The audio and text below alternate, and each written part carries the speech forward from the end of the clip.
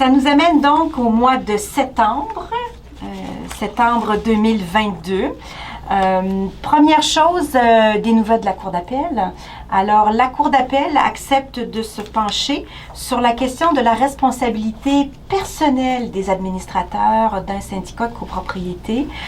Autre sujet chaud depuis quelques années et qui continuera de l'être. Alors, pour la petite histoire, en première instance, les administrateurs d'une copropriété s'étaient vus condamnés, donc personnellement, à des dommages pour en fait avoir suivi et avoir exécuté les décisions qui avaient été prises par l'Assemblée des copropriétaires. Deux types de décisions avaient été prises par l'Assemblée des copropriétaires. Premièrement, l'adoption de nouvelles règles dans leur réglementation et deuxièmement, la décision de l'Assemblée de faire affaire avec tel et tel entrepreneur pour les fins de travaux à l'immeuble. Donc, l'Assemblée des copropriétaires prend les décisions, les administrateurs les font respecter, donc exécutent ces décisions, ultimement se font poursuivre par un copropriétaire déçu et la Cour du Québec va donner raison à ces copropriétaires et condamner personnellement ces administrateurs. Ce dossier est donc maintenant devant la Cour d'appel qui a accepté d'entendre cette question et qui traitera donc de la responsabilité personnelle des administrateurs. Donc à suivre pour l'année 2023. Le mois de septembre, c'est aussi le projet de loi 64 sur la protection des renseignements privés. Alors, on en a un petit peu abordé avec la commission de l'accès à l'information. Vous le savez probablement très certainement, cette nouvelle loi qui est rentrée en vigueur au mois de septembre oblige les syndicats de copropriété à nommer un gardien de ces renseignements qui aura l'obligation de s'assurer que les informations personnelles sont bien conservées, qu'il n'y a pas de bris de confidentialité, que les caméras, par exemple, filment les bonnes choses, que la conservation des éléments sont bien faits. Cette loi va également obliger les syndicats de copropriété à faire la liste de tous les renseignements personnels qu'ils détiennent, et ils en détiennent pas mal dans un syndicat de copropriété. Définitivement. Et vient aussi donner donc un rôle accru à la Commission de l'accès à l'information qui va recevoir toutes les demandes, les plaintes, les bris de confidentialité de ces renseignements-là. Alors, le rôle de la Commission, les positions qu'elle va prendre vont être évidemment très importantes pour l'avenir en copropriété. Toute la question aussi de la politique de gestion d'un syndicat de copropriété. Quel est le mandat qu'on va donner à ce gardien? Donc, ça va occuper les copropriétés pour les prochains mois et probablement jusqu'en 2023, puisqu'en 2023, la loi sur la protection des renseignements privés aura une autre partie qui va rentrer en vigueur et ça va être l'obligation justement d'adopter cette politique de gestion.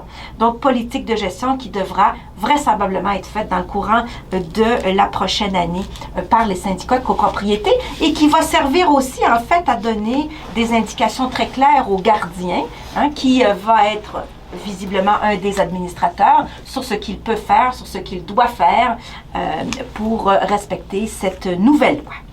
Et c'est une politique qui devra être rédigée en français. Voilà. Parce que le projet de loi 96 a également vu le jour en 2022 et là aussi c'est un projet de loi avec des entrées en vigueur en tiroir, donc pas tous à la même date. On a eu les premières entrées en vigueur du projet de loi 96 sur la langue française le 1er juin en fait, avec les obligations d'avoir désormais toutes les déclarations de copropriété, des projets de copropriété qui s'en viennent depuis le 1er juin 2022 doivent être rédigés en français. Donc nous n'aurons plus jamais de déclaration de copropriété en anglais au Québec à partir du 1er juin 2022. Toutes celles qui sont antérieures au 1er juin 2022 et qui seraient en anglais peuvent demeurer en anglais et leurs modifications peuvent également continuer d'être en anglais. Ça, c'était donc depuis le 1er juin. Le registre de la copropriété aussi doit être accessible en français. Alors ça, c'est majeur parce que vous le savez, dans le registre de la copropriété, il y a quand même des dizaines, voire des centaines de documents qui représentent des milliers de pages. Alors là, maintenant, il est acquis depuis le 1er juin que ces documents doivent être en français. Alors ça va peut-être être un choc pour beaucoup de personnes. Ne vous lancez pas tout de suite dans la traduction intégrale de tous ces documents, mais soyez conscient que pour l'avenir, il vous est demandé d'avoir ces documents en français. Mais donc la plus récente entrée en vigueur, c'est en septembre et ça clôt les entrées en vigueur de ce projet de loi 96.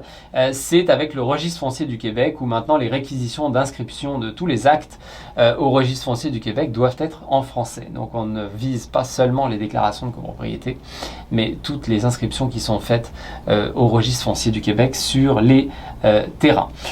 Ça va peut-être, Ludovic, aussi amener une réponse à tous les syndicats de copropriété qui se demandent systématiquement, année après année, s'ils doivent traduire à peu près tous leurs documents qu'ils émanent. Alors, probablement que ce projet de loi 96 va répondre à la question. Absolument. Et on est vraiment sur cette notion de la langue française qui doit prendre une place, la place qui lui revient dans la copropriété. Et cette loi a été saluée par beaucoup d'intervenants en copropriété. Elle est très très générale. Elle vise un nombre de documents assez important. Et on nous rappelle que les communications qui sont envoyées aux copropriétaires en général ou à un copropriétaire en particulier doivent également être en français.